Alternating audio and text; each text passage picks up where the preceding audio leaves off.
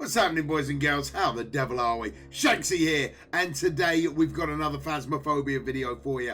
This time, we're going to have an in-depth look at every single spirit in the game. A lot of this information can be found in the journal, but on top of that, we're going to give some very unique tips and tricks to how these spirits' strengths and weaknesses can affect you during your investigation. So, without further ado, let's get into it. But first, intro.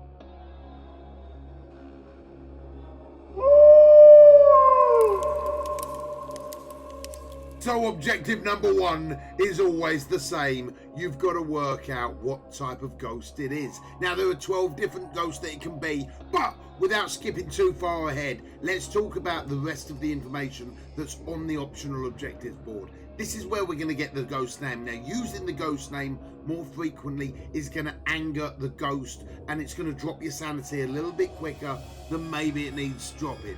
It will also increase its likelihood of attacking you. Now, as far as identity goes, each ghost will have a randomly generated unique name out of a different medley of names. Basically, I think there's like 20 different first names, 20 different surnames. It's a 50-50 chance if it's going to be a man or a woman. There are 7 unique skins, I believe, for male ghosts, 3 unique skins at the moment for female ghosts. None of that is going to help identify what the type of ghosts are, and there are 12 different types of ghosts that it could possibly be. So let's have a little look at number 1, the spirit. So first up, the spirit is meant to be one of the most common ghosts / one of the most passive ghosts. It's not entirely true. It's not specifically one of the most common ghosts at all. But when you do come across a spirit, it doesn't have a unique strength, and this can make it quite difficult trying to work out what it is. Now, one of the big weaknesses for the spirit is the smudge sticks. So using a smudge stick on a spirit around the spirit's room will actually make it stop attacking for twice as long as a normal ghost. The way that smudge sticks work is if you use them in the ghost room around the spirit, they will normally stop the ghost from entering a hunting phase for 90 seconds. But if you use them on a spirit, that actually doubles up to 180 seconds that the ghost cannot hunt you for, cannot kill you. Gives you a little bit of time, especially towards the back end of a hunt, to get that last bit of evidence that you needed. Now, for a spirit, you will need spirit box, fingerprints, and ghost writing. So nothing too much to get into with the spirit, unfortunately. But up next at number 2, it's the Wraith, one of the most dangerous spirits without a shadow of a doubt in Phasmophobia. Without a shadow of a doubt. The Wraith has been known for the ability to fly and can also pass through walls. Why is this important? Well, the Wraith is one of the few ghosts that will actually have a very different loop when hunting, and will pretty much just go through any locked door, anything like that, and just fly through different walls while on the hunt. Also, hiding in cupboards versus a Wraith is not going to help you. The Wraith has the ability to see through doors. What? That's right. If you're stuck in one of them small houses and think, oh, I'm just going to nip into this cupboard if it attacks, more fool you. It will see you, and next thing you know, you'll be seeing its hands around your face. Not a smart idea. A super difficult ghost to escape from during the hunt. Don't get me wrong, you can still hide from them. They can't see through walls, for example. But if you are going into a small room, they are going to see straight through that door and see your ass cowering in the corner, all right? Now, the Wraith will never touch the ground, meaning it cannot be tracked by footsteps. Now, this is a huge strength / weakness for it, because sometimes it's the information that you don't get is as good as the information that you do get. So salt when using a Wraith, when hunting a Wraith, is definitely your friend. So the Wraith will still interact with the salt pile. It will still walk over the salt pile, meaning it will break the salt. But it is the only ghost in the game that will not leave footprints. So if you've got salt and you've got a UV light, or you've got a glow stick and you put that glow stick next to the salt, if you notice the salt gets broken and there are no footprints there, odds are good you are dealing with this bad boy. If you are dealing with this bad boy, you need to find fingerprints, freezing temps, or spirit box. Now, sometimes the freezing temps or the fingerprints can be very, very difficult to find. So therefore, looking for that lack of evidence is sometimes as good as finding it, right? So that is the Wraith. Moving on to the Phantom. So a Phantom is a ghost that can possess the living, most commonly summoned by the Ouija board. It induces fear into those around it. At this point in time, there is no possession in Phasmophobia. However, wow! Could you imagine it? That would be absolutely awesome. Now, its unique strength at this point in time, as time of recording, 22nd of October, there is actually a bug with the Phantom where looking at the Phantom will either increase or decrease your sanity by 15%. Now, it should give you that decrease all of the time, but there is a bit of a problem with the code. It is more stable in the beta version if you guys have switched over to that. So looking at a Phantom at this point will either massively raise your sanity or lower it like it should do. Now, taking a photo of a Phantom will make it temporarily disappear, and to be honest, they are very, very difficult to get a photo of. Now, it's worth noting that if you take a photo of the Phantom, it will disappear, but it will not stop hunting. So it will carry on, you just might not be able to see it for a few seconds. Maybe not the best idea during a hunt. So for the Phantom, you will need EMF level 5, a ghost orb, and freezing temperatures. Fairly easy one to get hold of, providing it's not being stubborn with the EMF 5. If you are dealing with something that you think is a Phantom, keep an eye on your sanity, drains or increases to see if you can, after seeing the ghost. The most famous of all our ghosts, the Poltergeist, is up next. Now, the unique strength of the Poltergeist is it can throw huge amounts of objects at once. The unwritten rule here is what they don't say, is that this will actually affect your sanity for the things that you do not witness. So if your sanity is starting to dip considerably after hearing events and things like that in rooms that you can't work out where the room is, then it possibly is a poltergeist that you're dealing with. They also have a huge ability to roam around, affecting things in other rooms to try and throw you off the track a little bit and to keep that sanity lowered. They are a little bit trickier than a lot of people give them credit for, and I've come across a few in Phasmophobia that are incredibly aggressive. Just ask my mate Death Clapdown. So, a poltergeist can roam an awful lot, but they are also the only ghost at this point in time that can be identified without a shadow of a doubt by just 2 bits of evidence. If you find a ghost orb and fingerprints, that is the only thing that it can be is a poltergeist. So keep an eye out on hearing different objects move in rooms, and also try and make sure that you're looking for signs in those rooms. If your sanity is dropping remarkably, even though you're not seeing anything, then you could be dealing with a poltergeist. Next up is the Banshee. Now, the Banshee is a natural hunter, and its power is absolutely terrifying. It will stalk your team one at a time, where other spirits, other ghosts will change their target in between every hunt. This one will target one player at a time, and they can travel huge distances to be able to get that player. So the power explained, once a Banshee uses its power, it will begin to navigate to its chosen target. Line of sight blockers and hiding have no effect on the Banshee's ability to navigate towards that player, and it will be able to reach them. After reaching the player, it will wait and then proceed to hunt if the player is not within direct line of sight. So it will then start looking for its target that is around that area, and it knows the area you're in, and it will start hunting down one at a time. This can be a bit of a problem, especially on the larger maps, because of the distance that they can travel so early on. It's ridiculous. It might throw you well off pay thinking the ghost room's over here when actually it's over the other side of the asylum. That's how big a distance they can travel at a very, very short period of time.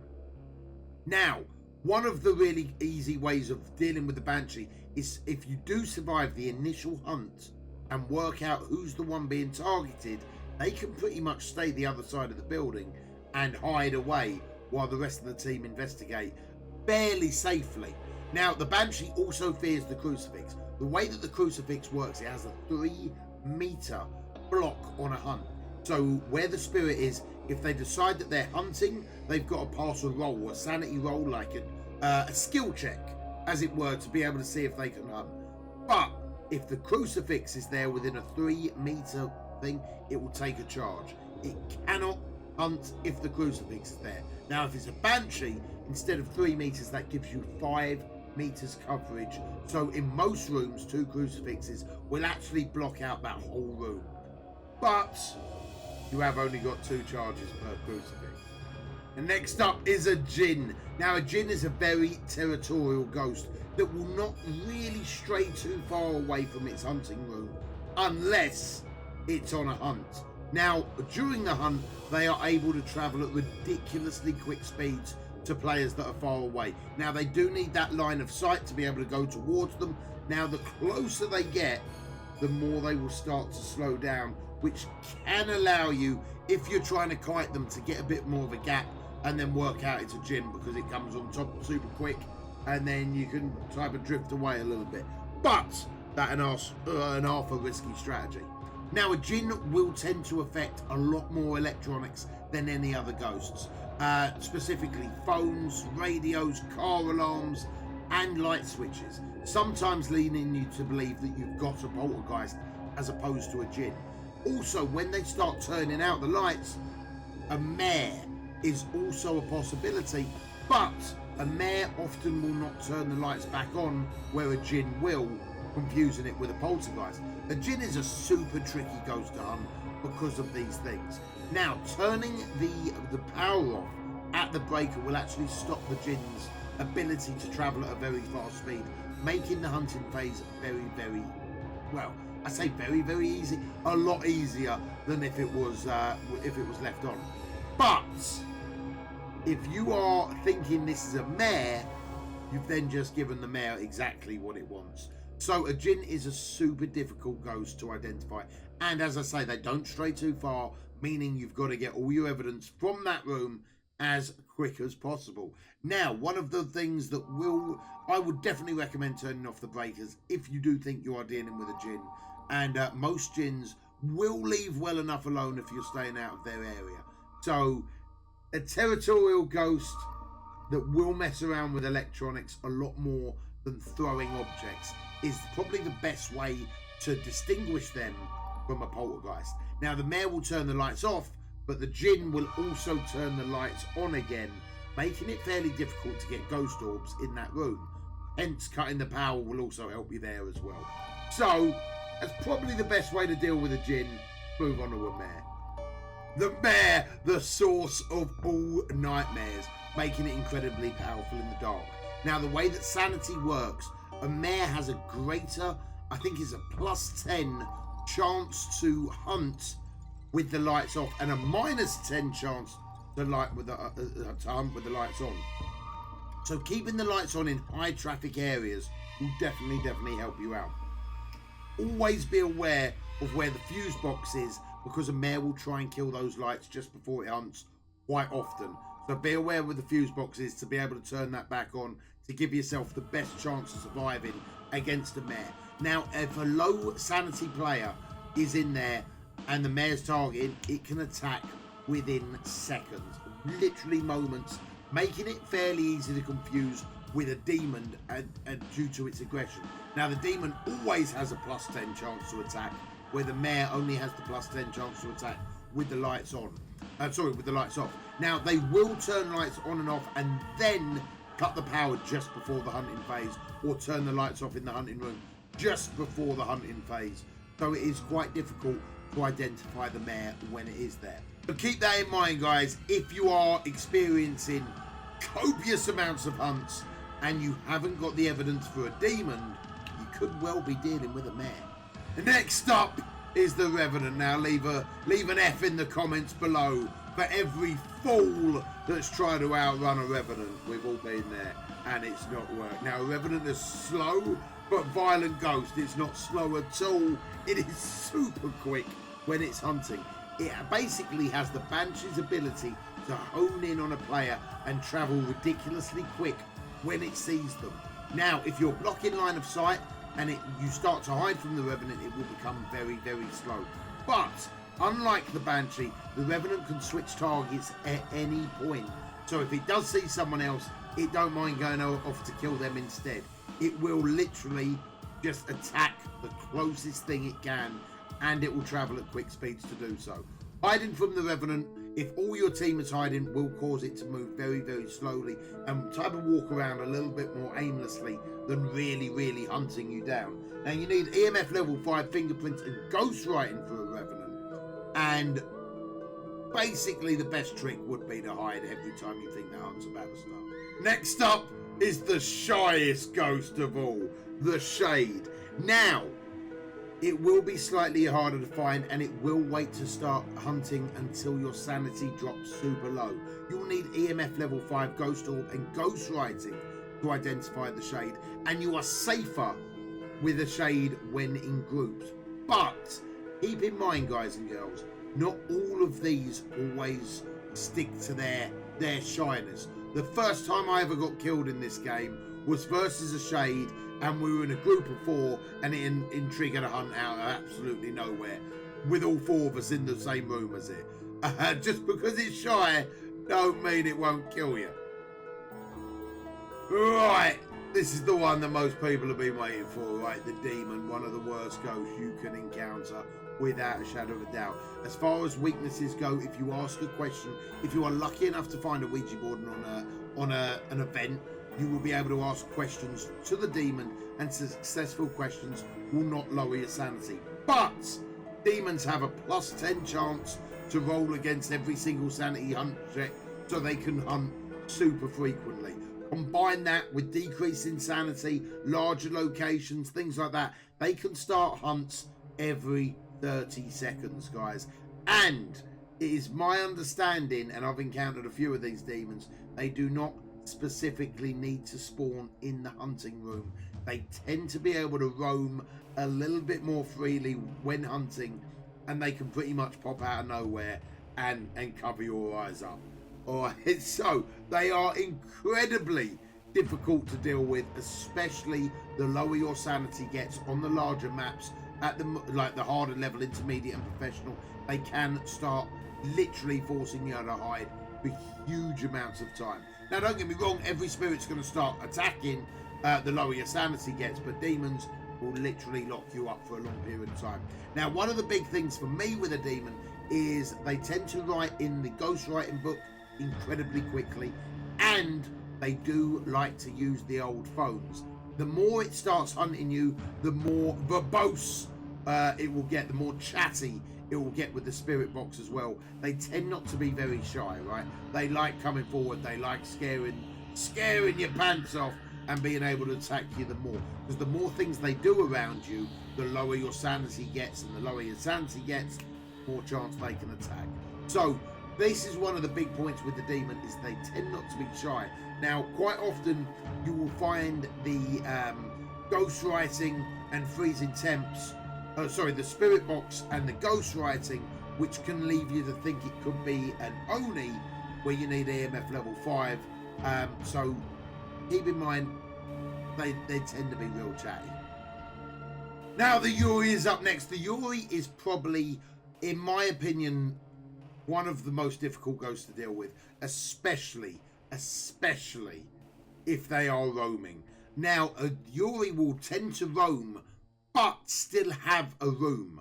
So you need to find that room, collect the evidence, smudge that room, things like that, to stop it wandering. Now, one of the strengths on the Yuri is it's been known to have a stronger effect on people's sanity. Your sanity is meant to go down very, very quickly. But at this point, again, of recording, very much like the Phantom, is sometimes it can have the opposite effect, where your sanity starts going up a little bit as opposed to down. Now, if the Yuri is attacking, smudge sticks will stop. If you smudge when the Yuri is attacking, it will actually cause the Yuri to start wandering around aimlessly for the duration of that hunt. They can basically be used to nullify a Yuri's hunt once if they're already chasing you. But you've got to have a smudge sticks on you and a lighter to be able to make them wander around aimlessly. At the point of the hunt. Now, also, if you do smudge them, smudge the room that they're in, they will tend to stay to that room as opposed to wander around the rest of the building. So, smudge sticks with Yuris are absolutely huge. And next up and last but not least is the Oni. Onis are cousins to the demons. They're incredibly strong, incredibly aggressive, and the more active you are, the more active they are. They are not shy to show themselves. They will get involved. EMF level 5, spirit box and ghost writing. The more people in a group, the more likely the Oni is to attack. The more activity around their area, the more likely they are to attack. So it makes them very difficult to deal with, but they tend to give you a lot of information very, very quickly, so you can get out of there as quick as possible. Onis will show themselves pretty much immediately. They don't care. All right, that's the strength and the weakness of the Oni, is they will get involved double quickly.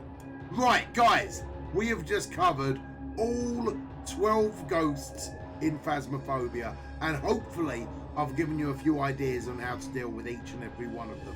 If you've enjoyed the video, do me a massive favour, give it a thumbs up, leave a comment down below, and let me know what other type of Phasmophobia videos you would like to see, as I am absolutely loving the bones of this game at the moment, and I'm so excited about the future of Phasmophobia.